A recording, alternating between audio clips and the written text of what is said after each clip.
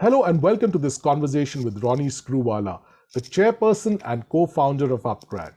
Ronnie, in his previous avatar, that's well known, co-founded UTV and he divested to Disney at a valuation of over $1.4 billion. Today, upGrad is emerging as a clear leader in the global edtech sector. It has just turned unicorn and has impacted over 2 million registered users in over 50 countries. Ronnie has now set his goals to build upGrad into a $40 to $50 billion enterprise. And we'd like to therefore deep dive with him into his vision and more importantly, his plans and strategies on how he plans to take upGrad to this $40 to $50 billion valuation and leadership on the global arena. So Ronnie, thank you so much for joining us here today on this conversation. Thank you. Pleasure being here. You created a unicorn in media long before anyone coined the term unicorn itself. Now, considering that EdTech and upGrad will be a swan song and legacy for entrepreneurs who look up to you, what are your ambitions for upGrad? I think in media, the key for me, as you said, when you said successful, there were incredible amount of failures. And I think the one that stuck out for me in media is I stuck it out for a good decade and a half. And that's because that's how businesses are built. They're not built on initial values. And I think in the media part, I was extremely proud that for the first 5 years, pretty much zero funding. And ironically, even when we started upGrad in 2016, I would say the goalpost was very clear. The first thing when I entered the edtech space, my first question to myself and to my co-founders was, can we create impact? Can we impact millions and millions of working professionals and lives in the higher education sector? When we decided the word impact and outcomes was important, for us, immediately to go into the higher ed was the first one. And the second one was, can we really build a $40 to $50 billion enterprise? Not because valuation is a bragging value, but it's a giant wheel, it's a merry-go-round, it's a circle of life. It's as you build, so can you impact at scale? So really the question was, can we make an impact at scale and can we build a $40 to $50 billion company? And I think we were clear from that stage. And the very first thing I did is for the first 4 to 5 years, we said we won't go out and get external investment because then your vision gets slightly diluted because you bring in investors, they have their strong points of view, respectfully, absolutely right. But then your vision gets a little diluted. So here we are at the end of just the first 5 years of the journey. Going out there to build something that I think what I took 15 years to build in the last, at least a 40x outcome this time. So upGrad's M&A pace is actually also becoming, a really tough act to follow. You seem to be talking about merging a company a month to strengthen your global strategy. Would you care to elaborate on that? Yes, I think education has been around for a long time, and there are incredible amount of entrepreneurs that have actually been doing edtech for a fair bit of time. I don't like the word consolidation, but I think there is enough where our vision is if we want to get to that scale, growth will have to come non-linear as well as linear.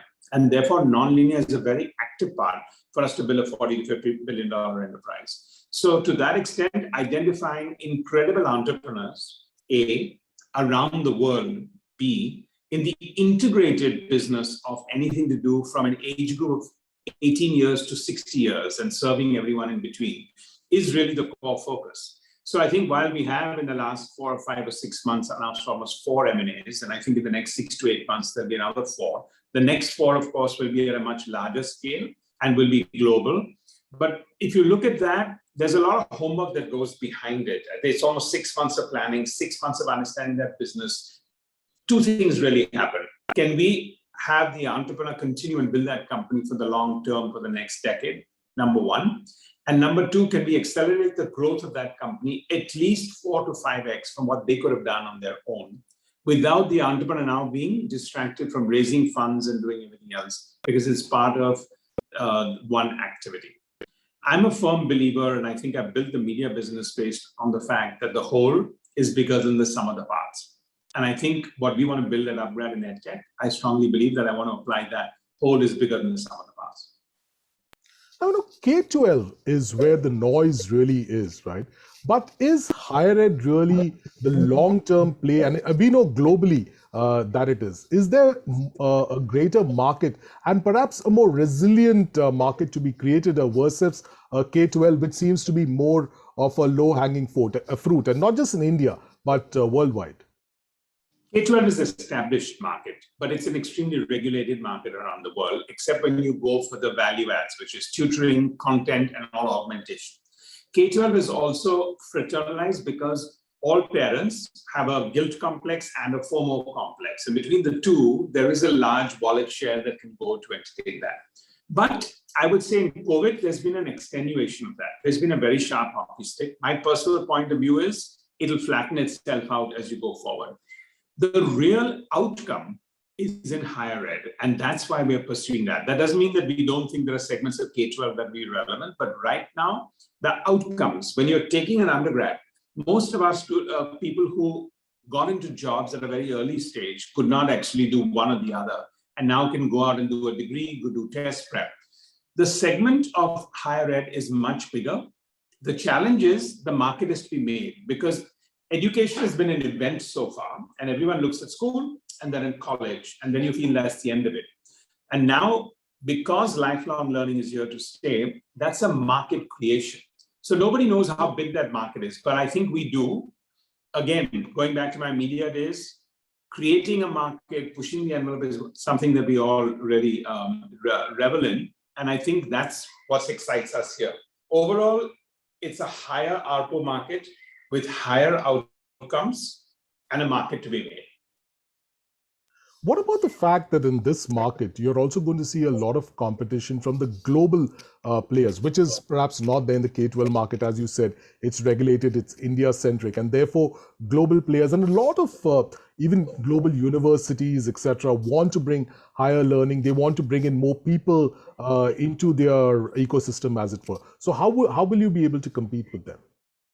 Well, firstly, I think when you dominate Asia, we're already a dominant player in India. If you dominate Asia, I think most of the best companies, especially from the US, actually want Asia. So I think overall, that is one single element.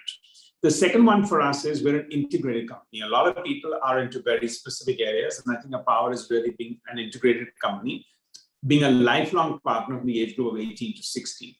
So to us, those are our clear differentiators. Third, when we look at online learning, a lot of people look at it in a much more flaky way.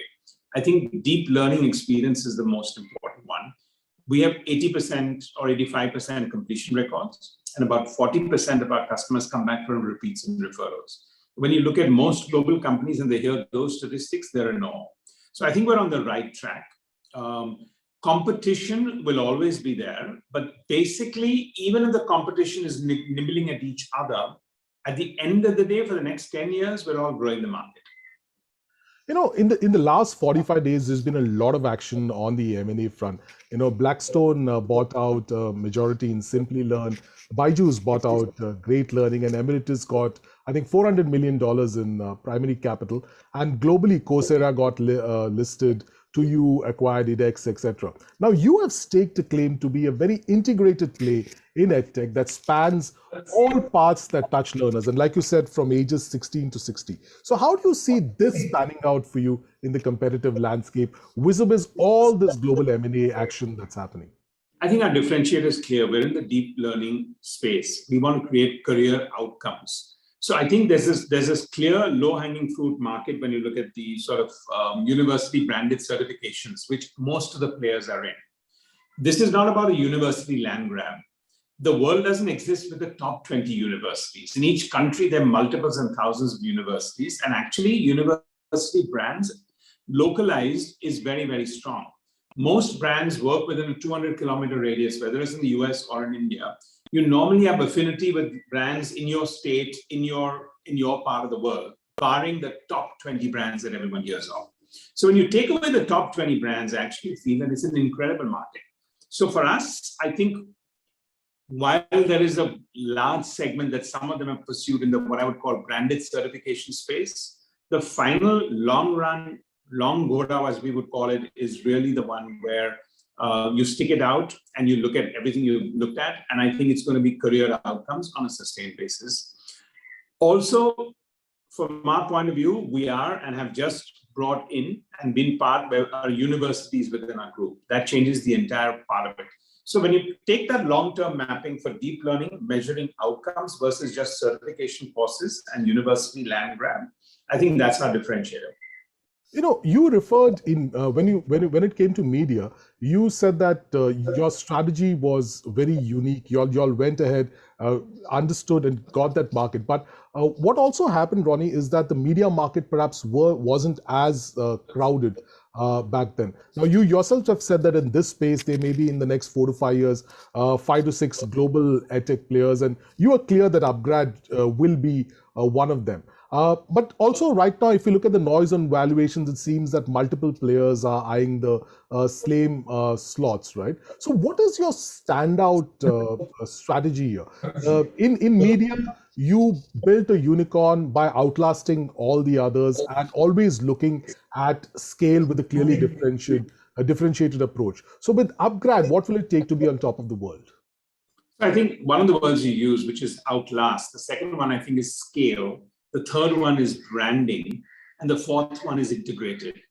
So today, I think it's still very early days. I don't think companies are going to get ranked based on what their valuation is, what 3 investors thought of them, and how much money they raised. We're actually the youngest out of all the companies coming out of India.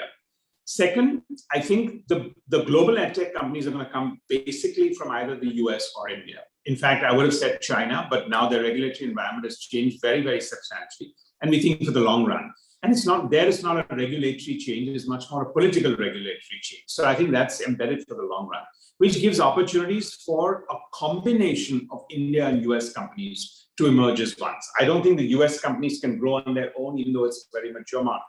They will need the rest, especially Asia, Africa, Latin America. That's something that we can deliver.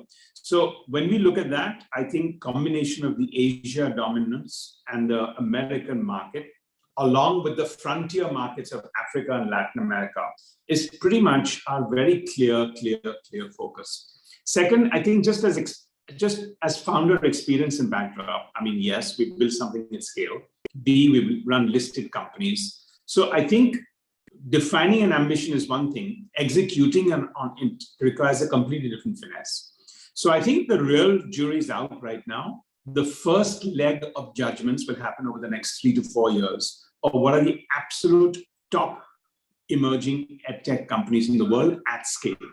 Well, Ronnie, thank you so much for being with us today, for taking us through upGrad's journey, for your vision of becoming a $40 to $50 billion company.